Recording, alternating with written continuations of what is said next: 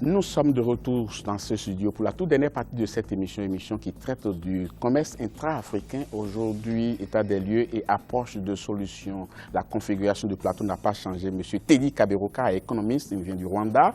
Monsieur René Ngeti Akwasi, directeur des affaires économiques à l'Union africaine, il vient de la Côte d'Ivoire. Madame Mahawa Wille Kaba, directrice du département femmes, genre et développement à l'Union africaine. À la Commission de l'Union africaine, M. Jean-Marie Eouzou est représentant permanent de l'Union africaine à Genève. Merci d'être toujours là pour la toute dernière partie, ou la toute dernière partie qui sera consacrée surtout aux approches de solutions. Monsieur l'ambassadeur, vous évoquiez le cas quand même exceptionnel du projet Songhai tout à l'heure. Et j'allais vous demander pourquoi on ne voit pas beaucoup de projets Songhai naître dans d'autres pays. Si tant est que c'est un projet intégrateur, c'est un projet novateur. Et je vois beaucoup de dirigeants qui s'en vont là-bas, un peu comme s'ils vont s'inspirer de cette expérience. Mais qu'est-ce qui se fait que depuis que ce projet existe, avec le nombre de personnes qui ont été formées, pourquoi est-ce que ça n'existe pas aujourd'hui dans beaucoup de pays?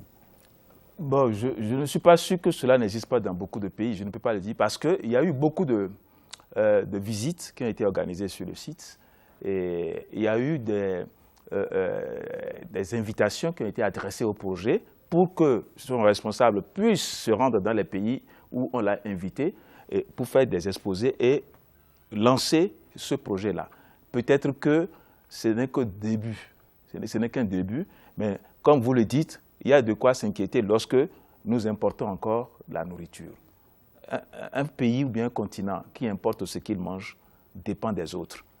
Nous ne pouvons pas, après tant d'années d'indépendance, les pères fondateurs, les pères libérateurs ont eu l'audace de l'indépendance, de se libérer du colonisateur.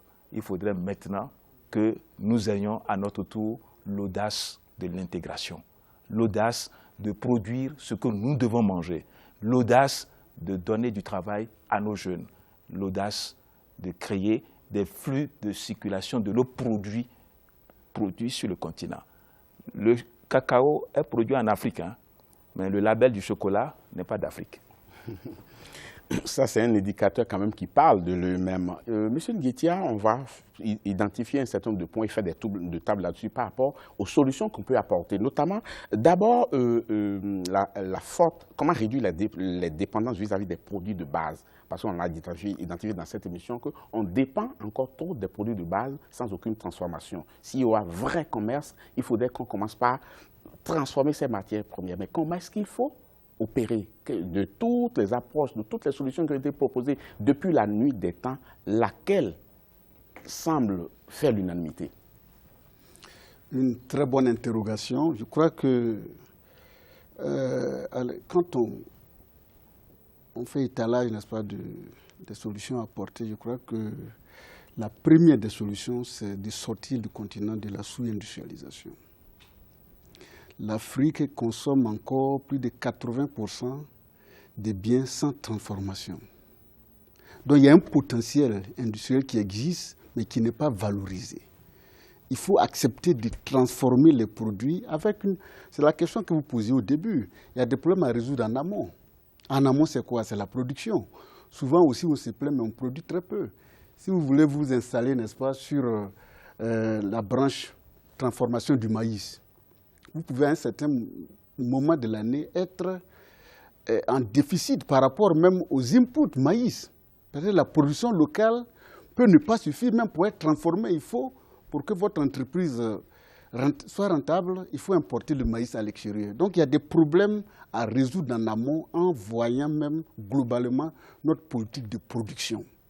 Au niveau même de l'agriculture, on produit beaucoup, mais si vous voulez transformer le manioc, vous allez voir qu'après un mois, même il n'y a pas de manioc à transformer. Parce que la production est encore à l'étape embryonnaire et vous serez obligé même d'importer le manioc aux États-Unis pour que votre entreprise continue son activité. Donc, c'est un véritable problème. En amont, la production, la question d'énergie. Il faut aussi, quand on veut transformer, qu'on se donne les moyens de fournir l'énergie requise aux entrepreneurs. Parce que si vous voulez même congeler des choses, du poisson congelé, et si vous vivez des délestages en longueur de journée, mais votre entreprise va aller à volo. Donc, voilà des solutions à apporter en amont, mais avec une politique industrielle bien conçue par les États. Parce que la politique industrielle, c'est quoi? C'est les relations entre le secteur productif et le gouvernement. Quelle politique l'État met pour sensibiliser, pour amener les gens à produire dans tel ou tel secteur, etc. etc. Donc, je crois qu'il y a des politiques à mener en amont. Il ne faut pas se leurrer la face. Et tant qu'on maintiendra nos systèmes de production en l'état embryonnaire actuellement, quelle que soit la bonne volonté, même le cacao dont vous parlez, peut-être que si on a des usines pour transformer le cacao, peut-être qu'à un moment donné, il faut importer le cacao à l'extérieur, comme input. Donc l'input, la production locale doit suffire pour être transformée. Parce que vous installez une entreprise que vous n'avez rien à transformer. Vous allez faire quoi? Donc il y a des questions qu'il faut régler en amont. Et avec une politique d'accompagnement, l'énergie, c'est un véritable problème. Et puis les bonnes pratiques, la question du Bénin. Par exemple, les bonnes pratiques existent sur le continent. On n'a pas besoin. Songhai, vous l'avez dit. Voilà, Songhai, on n'a pas besoin d'aller en Asie et peu partout pour avoir les bonnes pratiques. Il y en a. Moi, je dis que le Rwanda est un nid de bonnes pratiques au niveau de la gouvernance. Pourquoi aller réinventer la roue? Comme le dirait un professeur, aller réinventer la bicyclette. Pourquoi ne pas copier ce que le voisin fait mieux pour s'adapter? Bon, il y a des bonnes pratiques qui sont sur le continent qu'il faut identifier, qu'il faut disséminer pour permettre, n'est-ce pas, à nos économies d'être sur du bon rail. Sinon, actuellement, oui à l'industrialisation, mais il y a des choses qu'il faut faire en amont.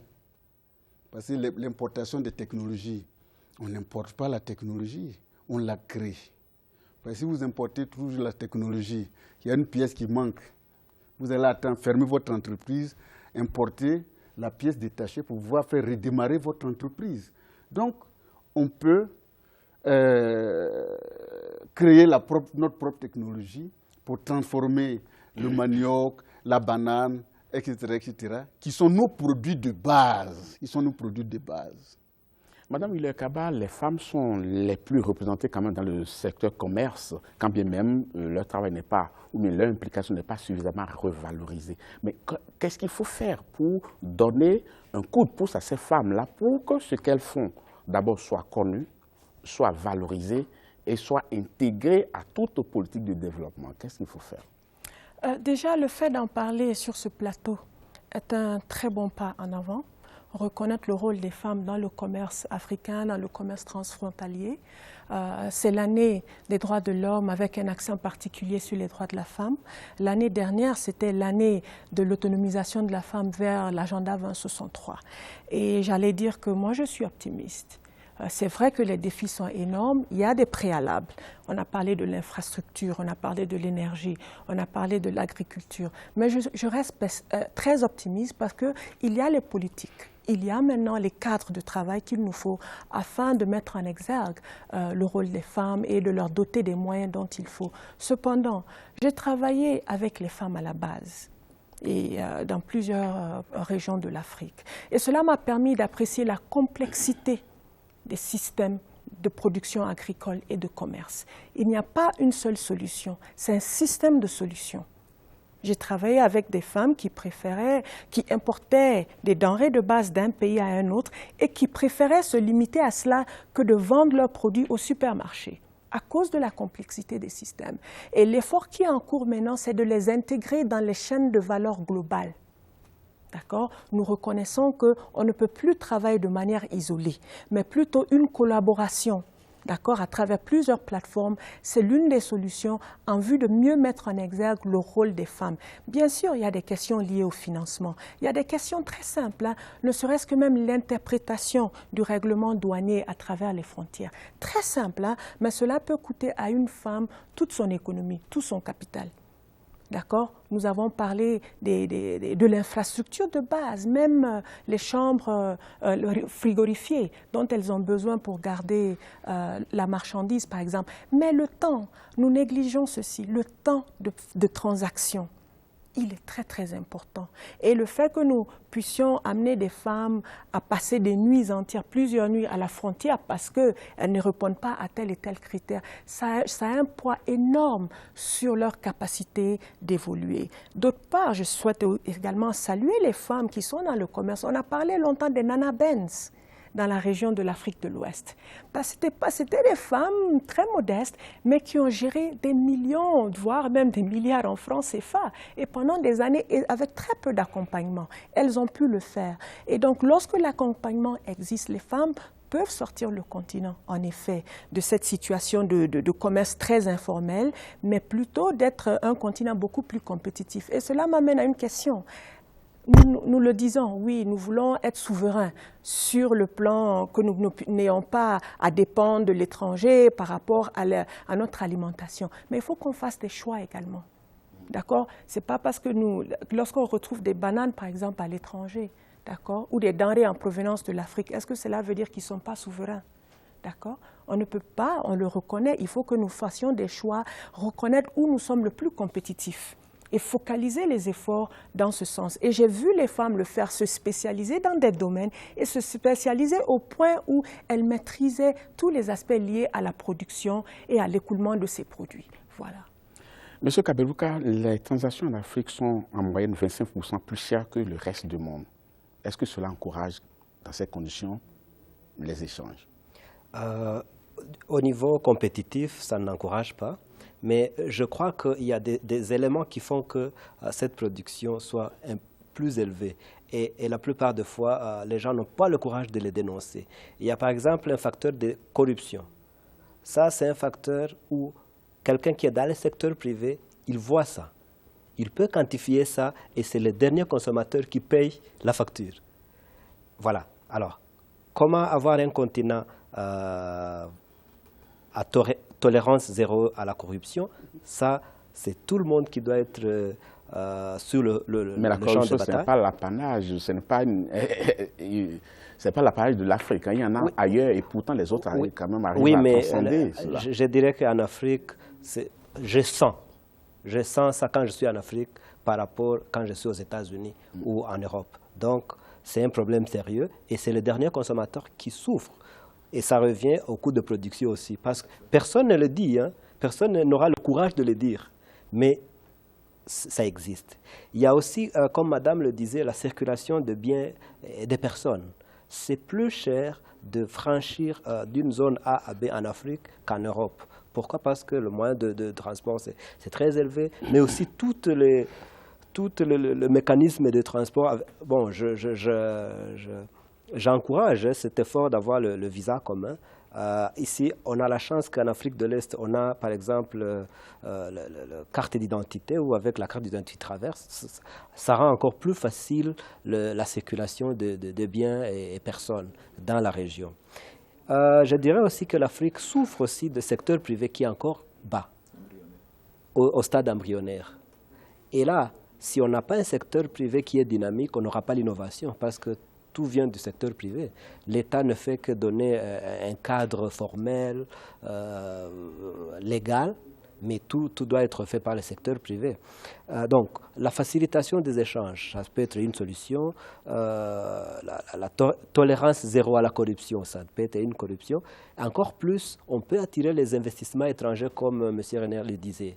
On peut attirer les investissements étrangers parce que l'Afrique présente des opportunités unique pour l'Afrique. L'Afrique a une population jeune, donc à la fois l'Afrique a une opportunité de consommation et à la fois de production. Parce que quand on fait référence au secteur agricole, on a l'Afrique qui a presque 2 saisons agricoles par rapport au reste du continent, qui ne produit qu'une fois l'année.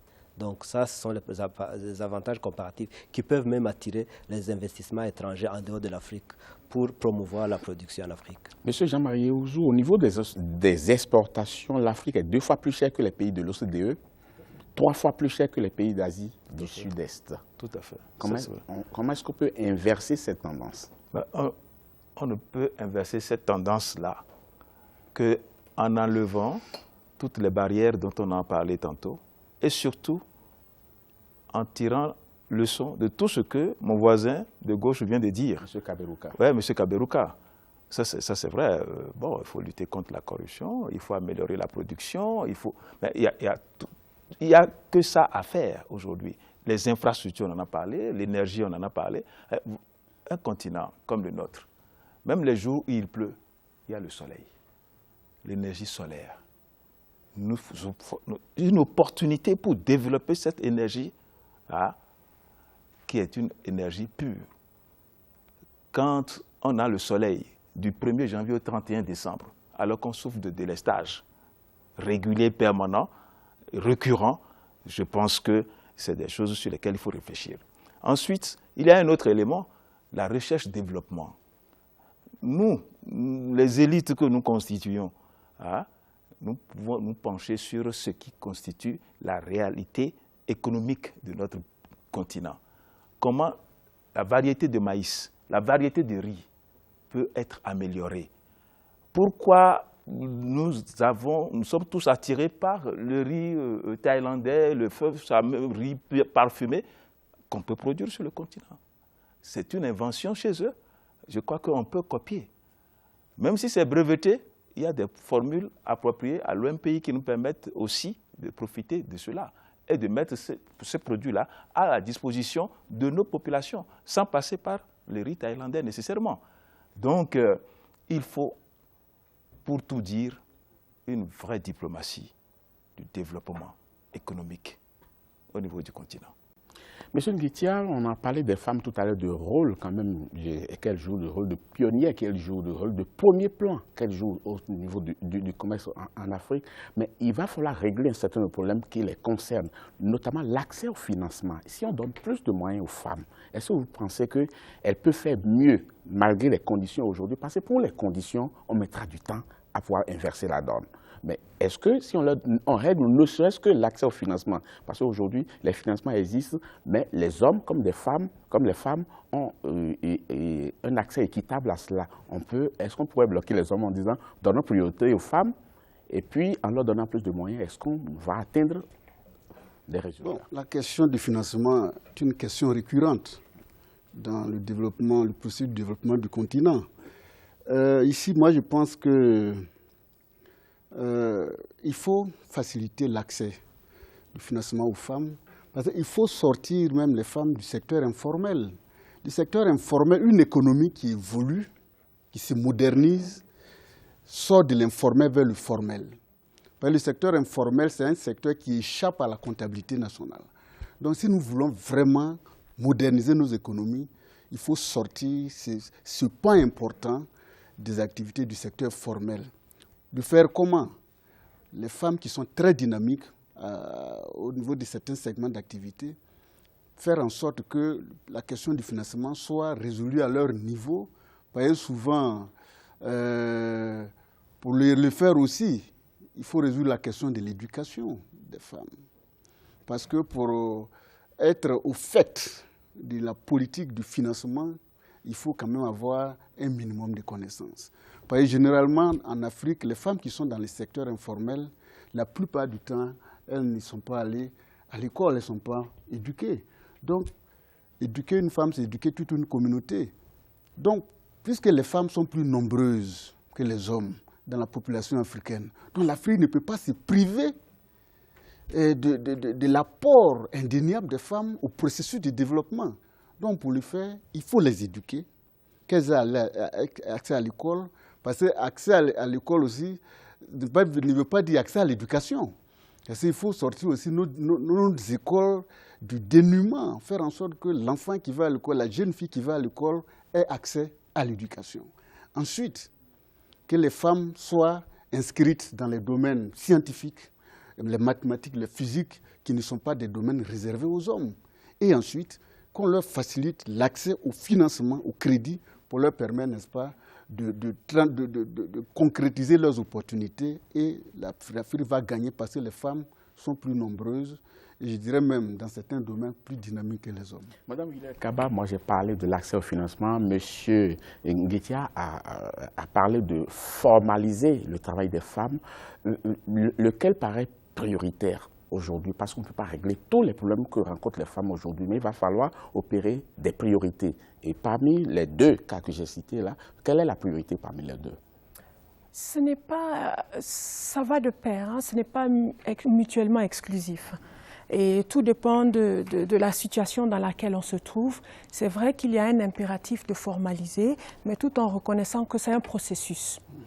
Et dans ce processus, il faudrait qu'on puisse définir pour nous-mêmes en Afrique comment cette formalisation va se passer, sans déplacer les femmes qui sont déjà dans ce domaine-là. Comment nous allons les accompagner de manière à ce qu'elles puissent s'épanouir une fois qu'elles sont dans le secteur formel également. Et comme Dr Kouassi le disait, les reconnaître leur présence. Et donc cette définition de la formalisation pourra prendre de différentes dimensions suivant le contexte dans lequel on se retrouve. Le financement, c'est un impératif. Les femmes n'ayant pas accès au financement formel, elles se l'obtiennent d'une manière ou d'une autre. Mais il y a un élément également très important, c'est le risque. Qu'on réduise le risque lié au commerce pour les femmes. C'est vrai, nous voulons évoluer, on va évoluer vers le commerce formel, mais déjà le risque lié aux transactions au sein du continent sont énormes et il n'y a pas d'assurance de ce risque. Vous perdez toute votre marchandise, c'est fait, vous l'avez perdu, il n'y a pas de mesure d'accompagnement. Et souvent, comme je l'ai dit, le risque, c'est parce que quelqu'un n'a pas voulu signer un document, n'a pas voulu apposer sa signature sur un document et tous vos denrées sont péries, c'est fini. D'accord? Très, très important. Les téléspectateurs, je l'ai dit tout à l'heure, participent énormément à cette émission, comme vous avez dû le constater à travers les réactions. Comment renforcer le commerce intra-africain? C'est la question que nous leur avons posée pour cette émission. Et on a eu plusieurs réactions entre le 14 juillet à 18h GMT et le 15 juillet à 13h GMT. Nous avons accompagné la question d'un sondage dont voici les résultats. Vous pouvez le constater sur votre écran. 91% des personnes interrogées pensent que le commerce intra-africain est favorable au développement économique du continent, contre 9% seulement qui pensent le contraire. À la question comment il peut permettre le développement, les internautes soulèvent trois principaux éléments. Premièrement, ils estiment que la libre circulation des biens et des personnes est l'une des conditions si l'on veut développer un commerce intra-africain. La deuxième condition, ils estiment qu'il faut développer des infrastructures nécessaires pour favoriser les échanges entre les différents pays. Et puis, troisième et dernier point, la monnaie est un obstacle au développement du commerce intra-africain. Il faudra la mise en place d'une monnaie unique sur le continent. Monsieur Kaberuka, ça c'est le débriefing de notre émission, surtout par rapport aux téléspectateurs. Est-ce que nous sommes restés en phase avec les téléspectateurs? Oui, je dirais à 50% près. On est sur la même opinion.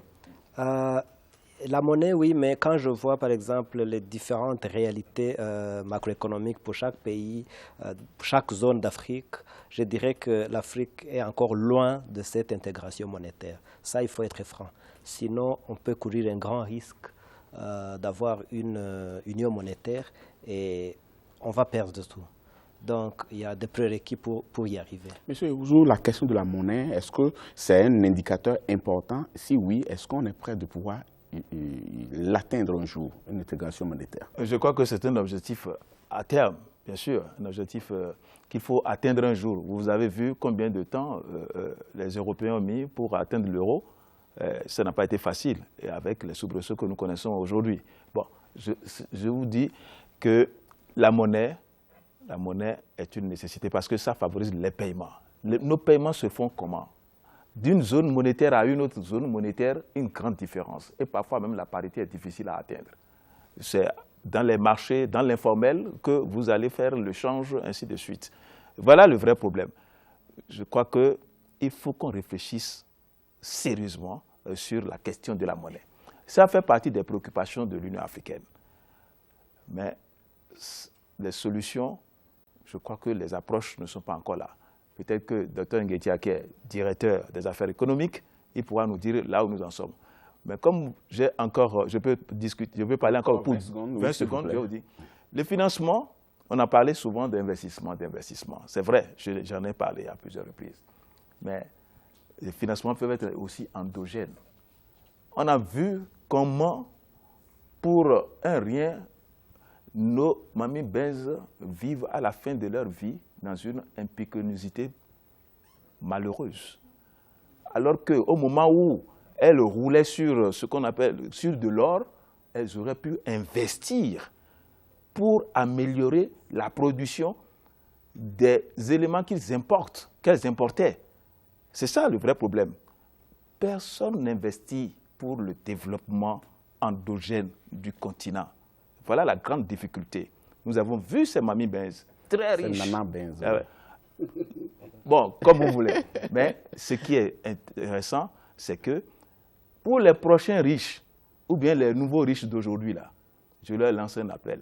Il faut qu'ils investissent pour la transformation de nos matières premières, pour améliorer la productivité, afin que l'Afrique puisse s'insérer dans la chaîne de valeur, dans la compétition internationale. C'est très important. Merci beaucoup, M. Jean-Marie Ouzou. Madame Wheeler Kaba, un appel à lancer quand même à ces femmes-là qui sont vraiment ancrées dans le commerce, mais qui, malgré toutes les difficultés qu'elles rencontrent, en 30 secondes, est-ce que vous pouvez leur lancer un appel?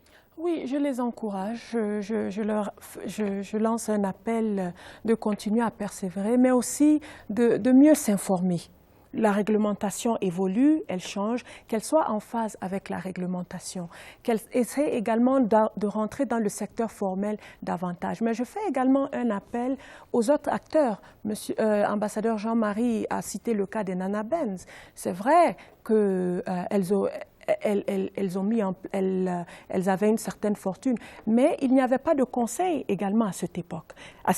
Aujourd'hui, on accompagne les entreprises avec conseil, chose qui n'existait pas à l'époque. Et donc, qu'on puisse offrir aux uns et aux autres l'accompagnement nécessaire afin qu'ils puissent s'épanouir dans le temps et que nous n'ayons pas à répéter malheureusement ces cas que nous avons connus dans le passé. Merci, Madame Kaba.